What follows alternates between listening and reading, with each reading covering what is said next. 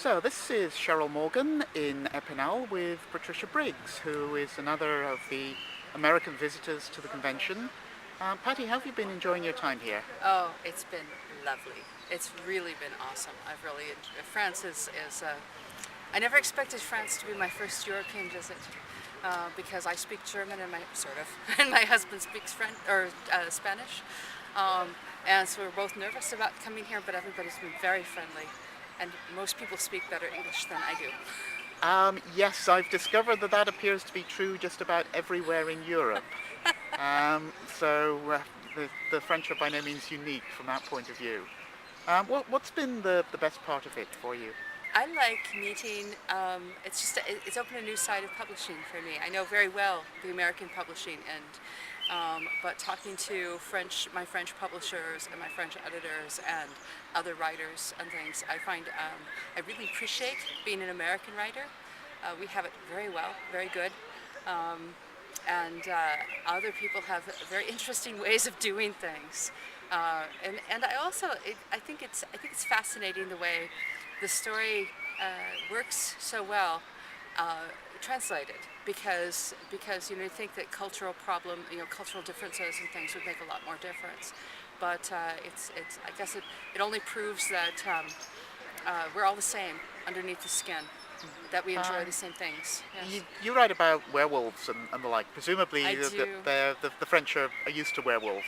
They understand all that. I would think so. I'm finding that they're very practical people, and my agent was talking to my French publishers and said, you should get some of these bit urban fantasies told by French authors in France, and they said, oh no, nobody would believe it if it were taking place in France, because apparently they think the U.S. is exotic enough to have werewolves and vampires, which I think is really unusual, because the loup-garou, the werewolf, is really a French monster. Sure, yeah. So it's been really fascinating. Um, yes, that's completely thrown me as well. I cannot understand it. Maybe it's just that America is this strange, exotic place where magic things happen. It's Perhaps it is. Perhaps it is. It feels very banal to me, but your home is always pretty ordinary. yes. I guess we're just used to it, Yes. and maybe also it's sort of the romance of places like New York as I think famous big cities. I think that's true. My stories all take place, and I think it's just as exotic. Take place in a town in eastern Washington, which is very unfamous. And in fact, I just informed my publishers that it is a real place. They didn't know that. Um, it's interesting, I think, seeing how the other half live. And a big part of urban fantasy is that the world building. You're dealing with the real world, and you need to ground the story really deeply in the real world, so that the vampires and the werewolves are more fun. Which town is it, by the way? Tri-Cities. It's Pasco, Kennewick, and Richland, Washington. The Hanford Project, the big nuclear power plant, is there.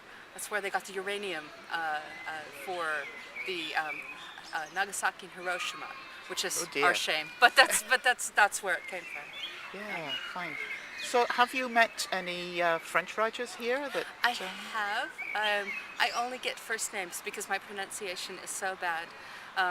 But I've met some wonderful French writers who almost universally speak English. Pierre, and I don't have his last name, who is having his book published in English. He writes for Bragelonne, and we had a wonderful night last night, and it would help if I knew his last name. But perhaps if we look at the That's okay. program, I'll check with you'll Stefan later. you'll figure it out. All right. Yes, I had lunch with Andreas Eschbach, who's German. Yes, and who he's speaks- delightful. And he speaks lovely English and French. So yeah, yeah, fantastic people, just really fun. Some wonderful women writers, and again, I don't know last names. Natalie and Maya, and Charlotte. I had a panel with, and they were very well spoken and smart and I felt quite privileged to be on the same panel with him. It was neat. And is the urban fantasy as big here as it is in America? No, oh no, oh no. It's just starting to grow. Bragelonne is I think the only publisher of it, of it, that's what they're calling it in France. In the U.S., it is huge. It started out with Laura K. Hamilton, who took it to the New York Times, which is the pinnacle of where writers want to be. But it's gotten huge. Probably, I don't know, probably 50% of all the fantasy published right now is urban fantasy. Right. The Bregelon Publishing, is that the Milady imprint that Yes, they have? So yes. that's Isabel. Right, Yeah, that's okay. Isabel. Good. Yes. Yes. So that's actually something new. I didn't know they had that until I came here. Yes, they have. They're republishing Laura K. Hamilton, who is the founding person of it, and they have my books, and they have Kelly Armstrong and Kim Harrison, and a whole bunch of really top-notch storytellers. Jacqueline Carey, I think. Jacqueline Carey, Yes. although she's more. It's along the same lines, but it's more historical fantasy, set in France, or in a fantasy France, as a matter of fact, and it's delightful. Yes. Good. Well, thank you ever so much for talking to me, and I hope to see you in France again soon, or if not, somewhere else. All right. Me too. I hope so. Thank you very much. Thank you.